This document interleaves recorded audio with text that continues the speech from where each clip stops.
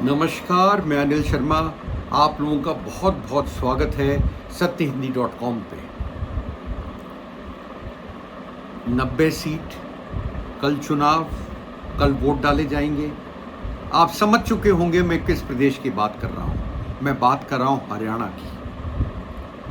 हरियाणा में क्या बोलता है सट्टा मार्केट, जिज्ञासा तो होगी, इंटरेस्ट तो होगा। क्या बोलते हैं पॉलिटिकल ऑब्जर्वर्स, जानने की इच्छा तो होगी।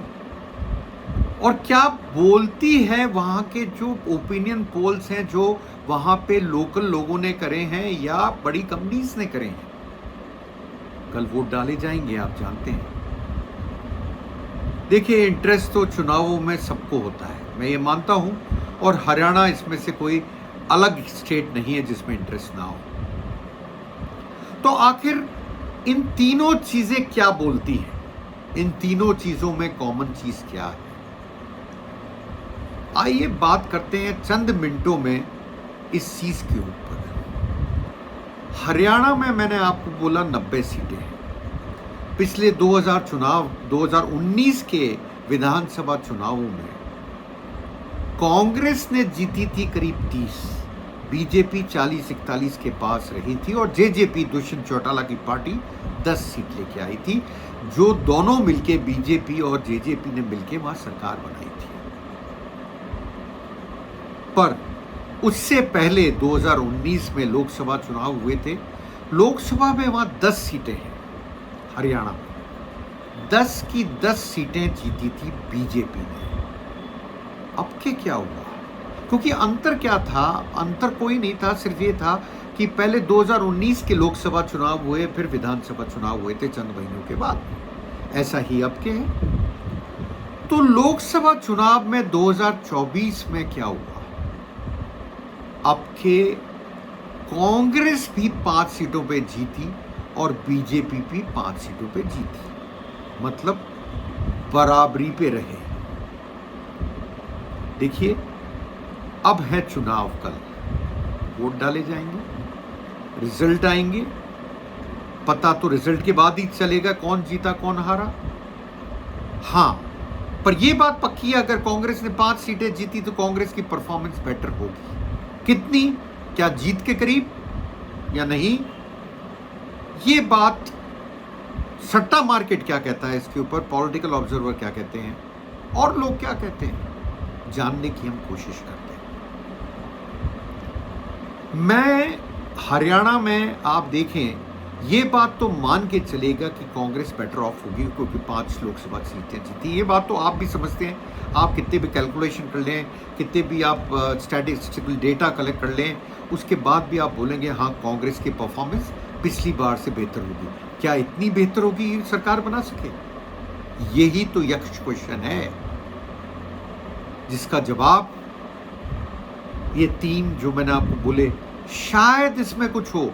पर देखिए, हम किसी भी हालत में सट्टा मार्केट को प्रमोट नहीं कर रहे हैं। हम किसी भी हालत में सट्टा मार्केट को पूर्ण सत्य नहीं बोल रहे हैं या अंतिम सत्य नहीं बोल रहे हैं। जैसा पॉलिटिकल ऑब्जर्वर्स बोलते हैं, वैसा ही सट्टा मार्केट बोलता है। सट्टा मार्केट का भी अपना तरीका होता है डेटा इकट्ठा करने का, रिसर्च करने का। अब मैं आता हूं सबसे पहले पॉलिटिकल ऑब्जर्वर्स पे। पॉलिटिकल ऑब्जर्वर्स में अगर आप देखें, जो हरियाणा के हैं या हरियाणा के बाहर के हैं, जो हरियाणा को पढ़ते हैं, हरियाणा को समझने की कोशिश करते हैं और हरियाणा की पॉलिटिक्स के ऊपर अपनी नजर गड़ाए रहते हैं, उन दोनों का एक मत तो बिल्कुल एक मत है, एक चीज को लेकर, कि सरकार तो कांग्रेस की बनेगी।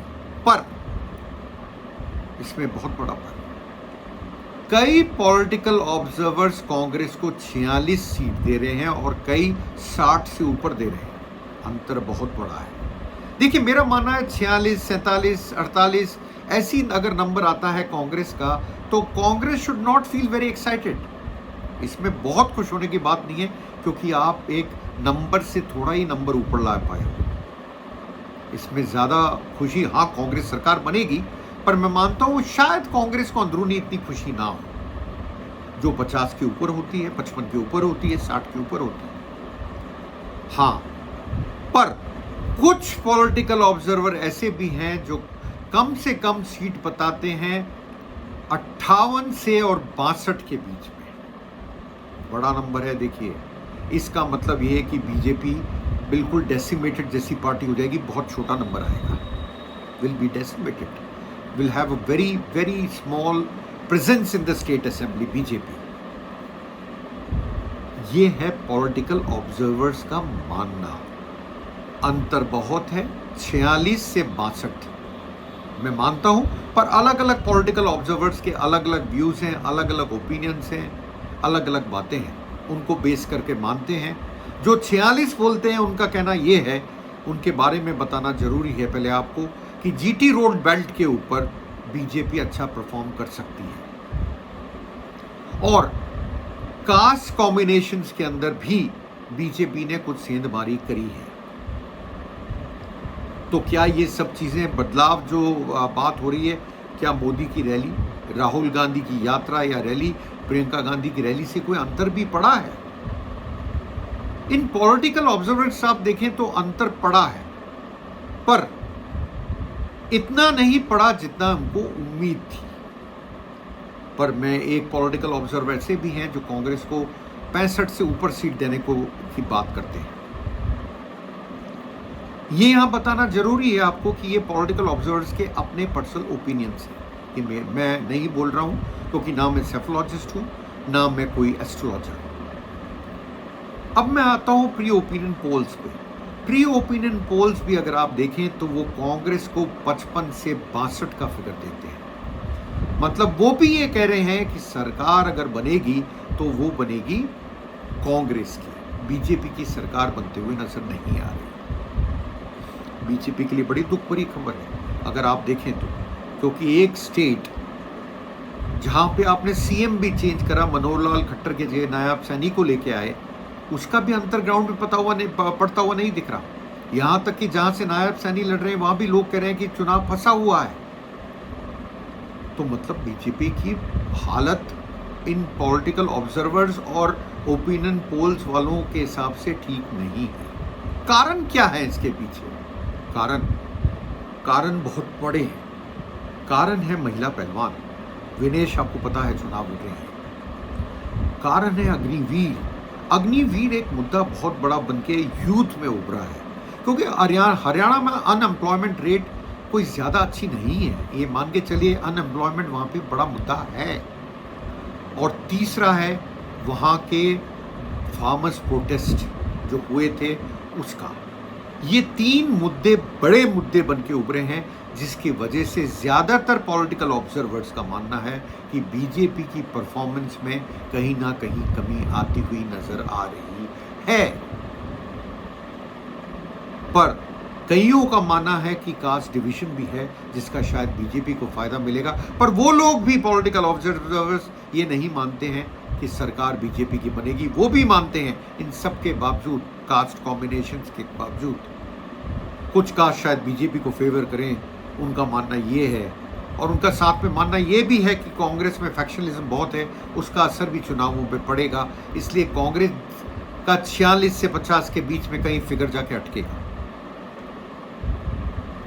तो मतलब ये हुआ कि अगर आप दोनों को देखें तो दोनों एक ही चीज बोल रहे हैं कि सरकार तो कांग्रेस की बनती हुई नजर आ रही है। अब मैं आता हूं जिसकी जिज्ञासा, जिसका इंटरेस्ट आप लोगों को सबसे ज्यादा होता है, सट्टा मार्केट। सट्टा मार्केट आखिर बोलता है क्या? क्या वही बोलता है जो ये लोग बोलते हैं पॉलिटिकल ऑब्जर्वर्स? क्या वही बोलता है जो ये लोग बोलते हैं प्री ओपिनियन पोल सर्वेस? काफी हद तक।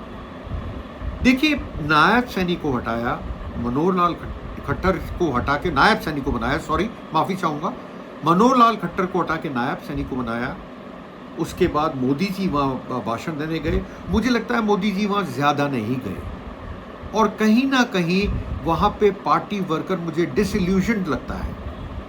वो जोश, वो जज्बा बीजेपी वर्कर में देखने को नहीं मिला हरियाणा में जो दिखता है। राहुल गांधी ने रैलियां करी, बड़ी बड़ी रैलियां करी, पैदल भी चले। इन सब चीजों का सट्टा मार्केट क्या बोलता है?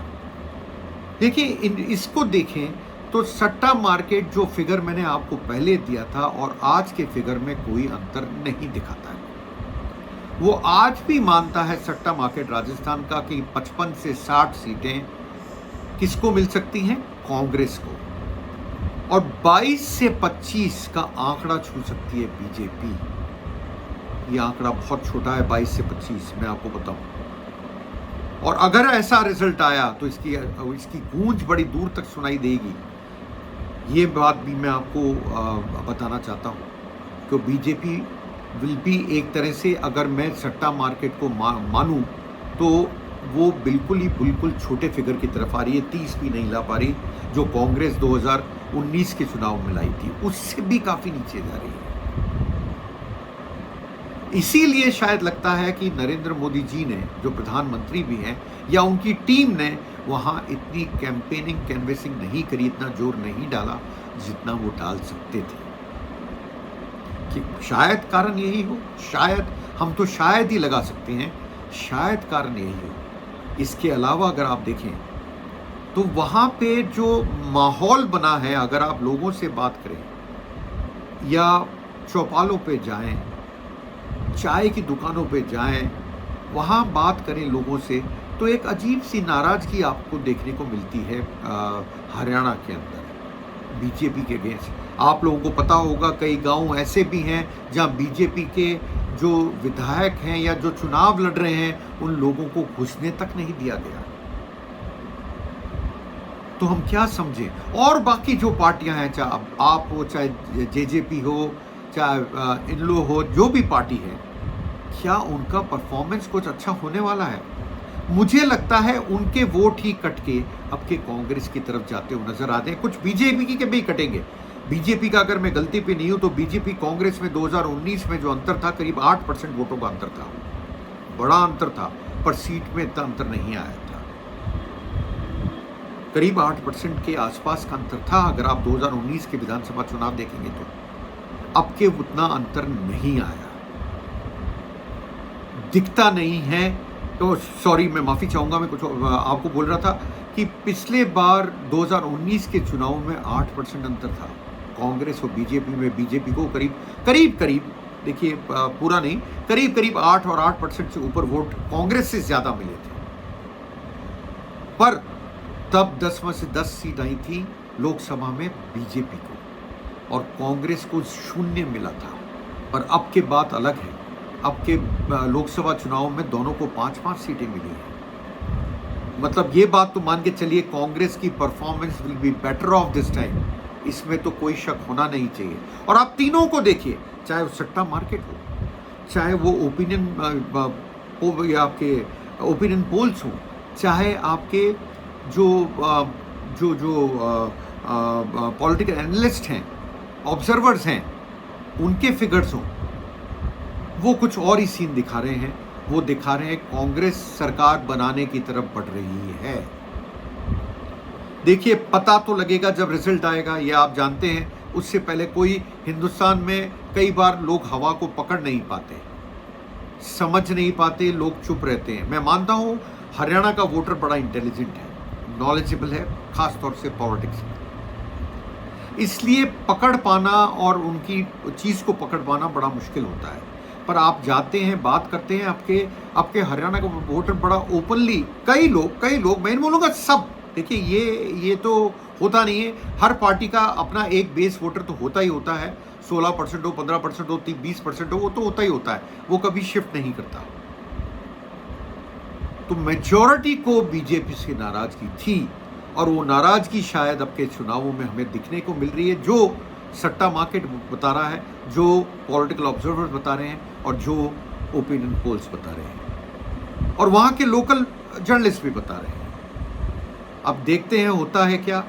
मिलता हूं जल्द एक नए वीडियो के साथ। आप लोगों का बहुत बहुत धन्यवाद मेरे से जुड़ने के लिए। ऐसा ही प्यार बनाए रखें मेरे से। आपका बहुत बहुत शुक्रिया।